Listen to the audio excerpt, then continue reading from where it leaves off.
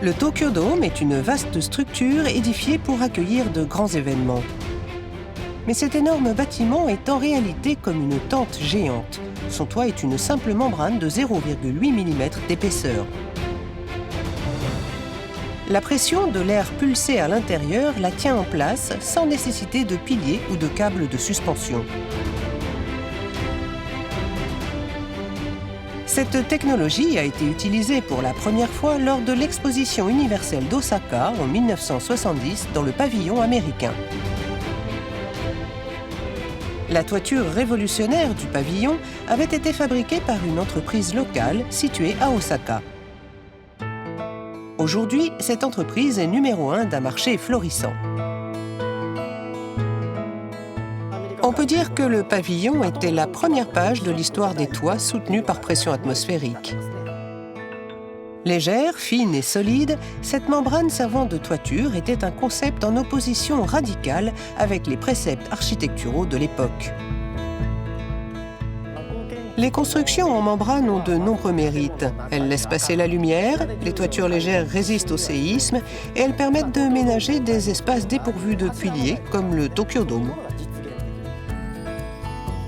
Les premières structures étaient temporaires, comme le pavillon d'Osaka, mais la technologie a graduellement progressé jusqu'à permettre la construction de bâtiments permanents coiffés d'une membrane. Le toit du Tokyo Dome, fabriqué avec de grands panneaux de membrane sur mesure, est en service depuis plus de 30 ans. Ces membranes sont fabriquées sur mesure pour chaque projet. Dans cette vaste usine, des ouvriers très qualifiés produisent des membranes de n'importe quelle taille ou forme.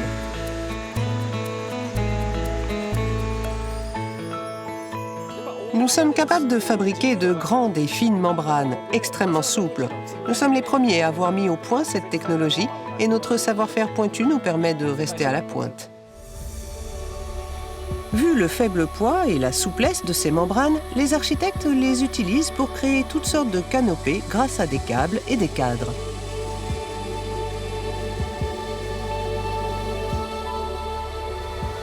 En Arabie Saoudite, des parasols utilisant ces membranes protègent ce square du soleil pendant la journée. Ils se referment la nuit, alliant fonctionnalité et esthétique.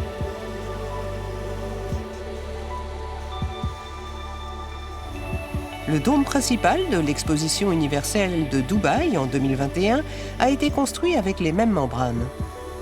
Ces panneaux transforment le dôme en écran géant une fois la nuit tombée. Cette technologie est aussi largement utilisée dans le domaine médical et de la gestion des catastrophes. Les membranes anti-inondation, légères et rapides à monter, sont beaucoup plus efficaces que les sacs de sable habituellement utilisés.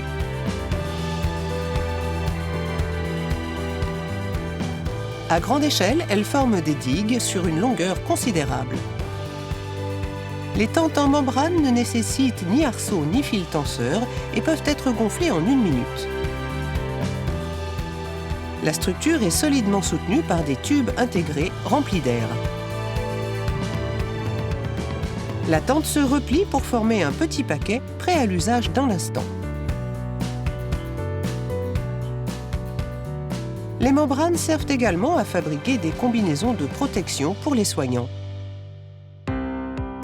En vue de l'exposition universelle d'Osaka en 2025, cet hôtel a été construit en utilisant la technologie des membranes.